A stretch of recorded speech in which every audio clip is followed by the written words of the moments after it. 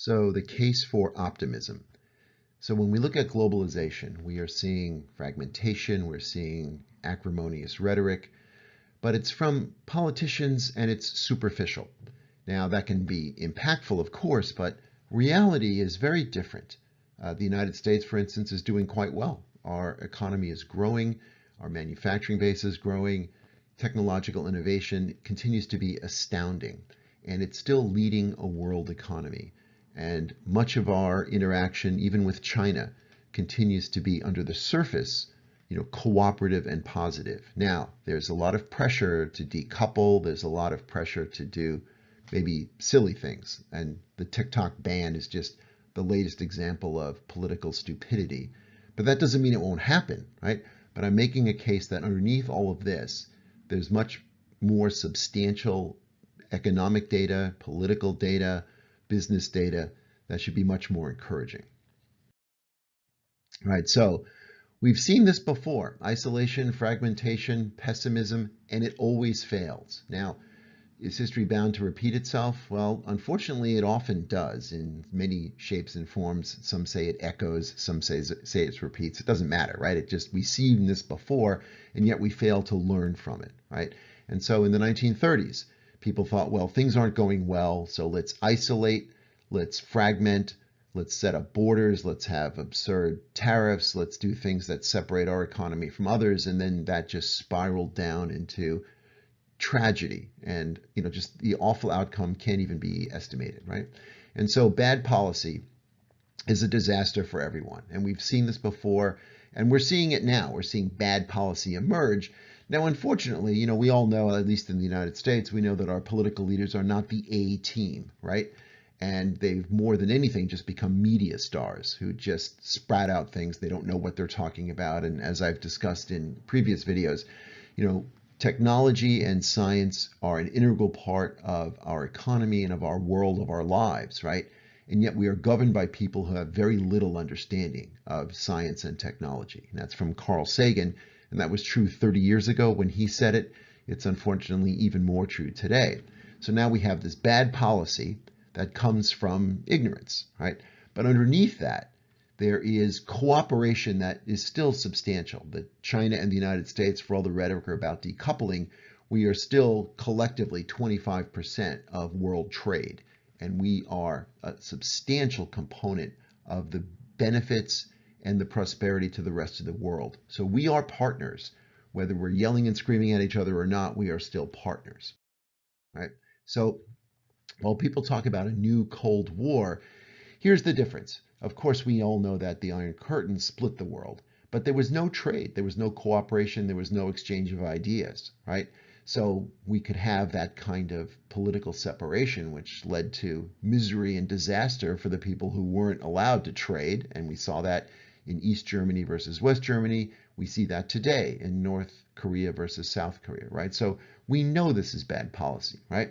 But we also know that comparative advantage, cooperation, is always a better outcome. And again, look at West Germany versus East Germany. Comparative advantage produces the Mercedes-Benz, and isolation produced the Trabant, which was basically a plastic car that was a piece of garbage, right? That's the difference. It's the same people, the same culture, the same manufacturing capability, but cooperative effort produces far superior results, right? So the other thing that we need to understand is we are in a global economy, regardless of what people say. Supply chains are global. Sources of capital are essential on a global basis, right? The United States, Japan, China, even Western Europe, they have demographic issues that are very serious. The working age population is decreasing, right? So we need to have free movement of labor. That's a global problem. That's a global cooperative solution that can enable prosperity even within these localized countries. So you can't separate labor, right? You can't separate capital goods and supply chains because, as I mentioned, comparative advantage is a very real thing. There are places where things are simply done better and less expensively, and we need that, right? Otherwise, if we had the kind of separation that they're shouting about in Congress now, we'll have a $5,000 iPhone. Well, nobody really wants a $5,000 iPhone. We want the iPhone, we want that design, and maybe more than anything, that's the benchmark for what cooperation and comparative advantage does. We have the design, the sophistication, the software, all those apps that are mostly US based, but they're global in terms of the applications, such as Spotify coming from Europe, Skype coming from Europe, right? So these things are very valuable, but the manufacture, the actual component, the distribution, all of that on a global supply chain basis, essentially centered in China, that creates great benefit for everyone. And that's the example of what's really going on versus what people are shouting about. All right, so here's where I get my technology and optimism. Just as I mentioned, technology is a global industry.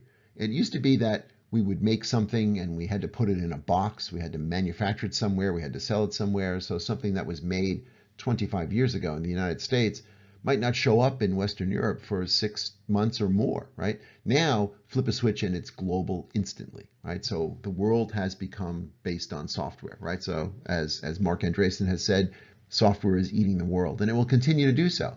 But now we have very interesting challenges and tools to meet those challenges, but they need to be done on a global basis. So artificial intelligence is a fantastic tool, and I've discussed this at length, but while it has its downsides, and those are real issues, it's a fantastic tool to enable great development to address our most serious problems. And that includes energy, renewable energy, a climate crisis, food shortage, water shortage, all of these stresses that really impact populations globally.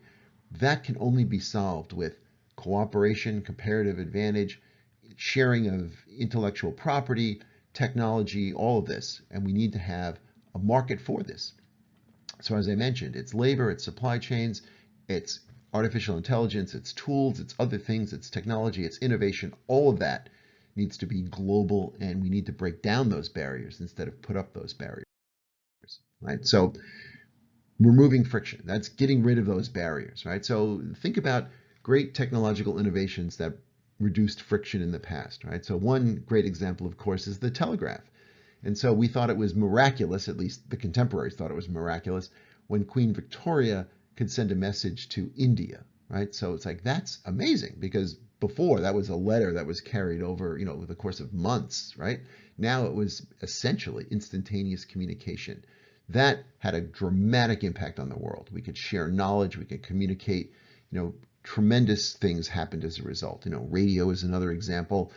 The container ship is a great example. We now had standardized compartments for shipping goods globally.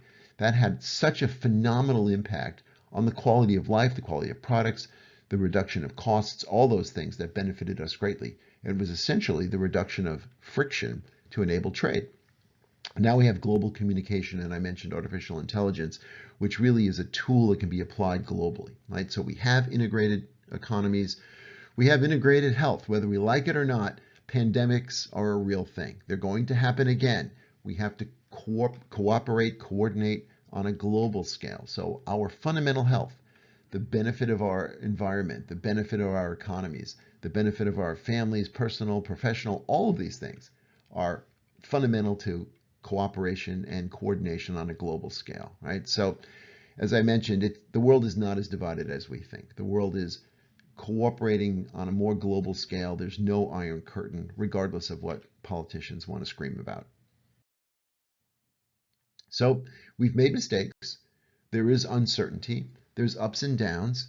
We do have competition. I'm talking about cooperation, but this is no utopia. This is competition, which is a great thing, right? So fundamental science, basic research, it unleashes IP, it creates cooperation. And look what's happening with artificial intelligence, just with Chat GPT, right?